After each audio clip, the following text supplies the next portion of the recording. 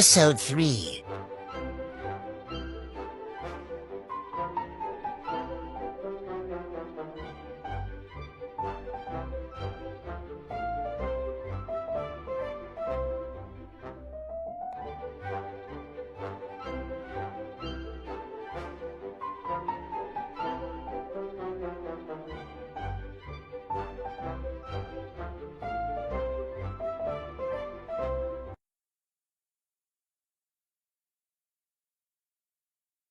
Hello, ladies and gentlemen. I'm Galen, the alien from the bedroom, and you are about to witness the third, and quite possibly the last episode of just a regular cartoon.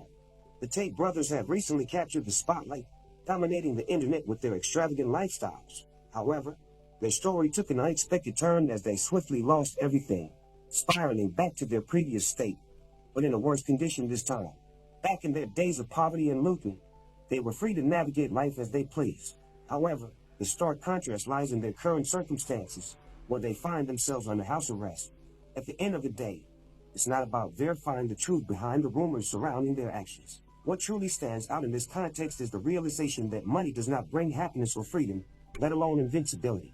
I have no doubt that Tate's brand turnover has more than doubled thanks to their unconventional and innovative advertising approach. This ingenious strategy was astutely recognized as an opportunity by the keenly perceptive eyes of the brothers, resulting in their remarkable success today. I distinctly recall the night when one of the brothers entered the gambling hall where I still work today. This happened around 3 to 4 years ago. Tristan carried a rather exquisite bottle of champagne in his hand. As per the rules, my colleague kindly requested that he refrain from consuming alcohol on the premises since our license doesn't permit it. At that time, I had no idea who the Tate brothers were, completely unaware of their significance. However, it was evident that his purpose for visiting the casino differed from that of our regular customers. He left a positive impression on me, displaying humility, kindness, and great manners. To my surprise, he even left us tips without engaging in any games. He didn't stay long, mainly because it was a bustling Saturday night and also because our establishment wasn't the type of casino he saw. Ours was more of a modest, middle-class casino, lacking the allure of roulette and with a maximum jackpot limit of £500 on a £2 bet. It's difficult for me to fathom that someone like Andrew, given his education and knowledge, as I've come to observe online through various videos, could make such mistakes. The need to show off, publicly discussing matters like the Matrix and numerous other topics, while allegedly involved in questionable activities, seems perplexing. Instead, it wouldn't have been wiser to remain discreet and avoid unnecessary attention. However, I cannot entirely rule out the possibility. I can only speculate since I do not possess absolute truth in this case, nor do I claim to possess it in many others, for that matter. Nevertheless, I hope that justice will prevail and the truth will come to light. Hence, the question arises, why did they specifically choose Romania out of all the countries in the world? London, somewhat humorously or perhaps with some truth, is considered the second largest community of Romanian citizens after the capital city of Bucharest.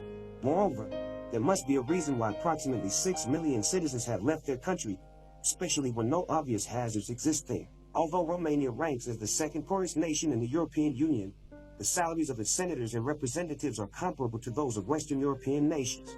It is a matter that warrants investigation, but the question remains as to who should undertake this responsibility. There should be comprehensive audits conducted for all countries across Europe, Asia, Africa, America, and Australia, across every continent. These audits must adhere to well-established standards set by the World Union, ensuring that they are not influenced by subjective factors or the treatment received upon arrival. Unfortunately, classical audits often fall short in this regard. I have personally witnessed similar issues persisting year after year in my workplace. Sometimes they were acknowledged and documented, while other times they were disregarded. The remarkable aspect is that the same auditor was consistently present to note these recurring issues. The assessment's outcomes seem to depend on the judgment and mood of the inspector and how they were greeted upon arrival. Whether the report recorded numerous or minimal mistakes seem to be determined by these subjective factors. The primary objective of an auditor is to inspire respect. They are the authority figure, and compliance is expected, including affirming every objection, paying compliments, being highly responsive, and, of course, sharing a laugh at their jokes, albeit not excessively. It is inconsequential and holds no intrinsic value to receive grand welcomes at airports with expensive cars, red carpets, brass bands, and military tributes.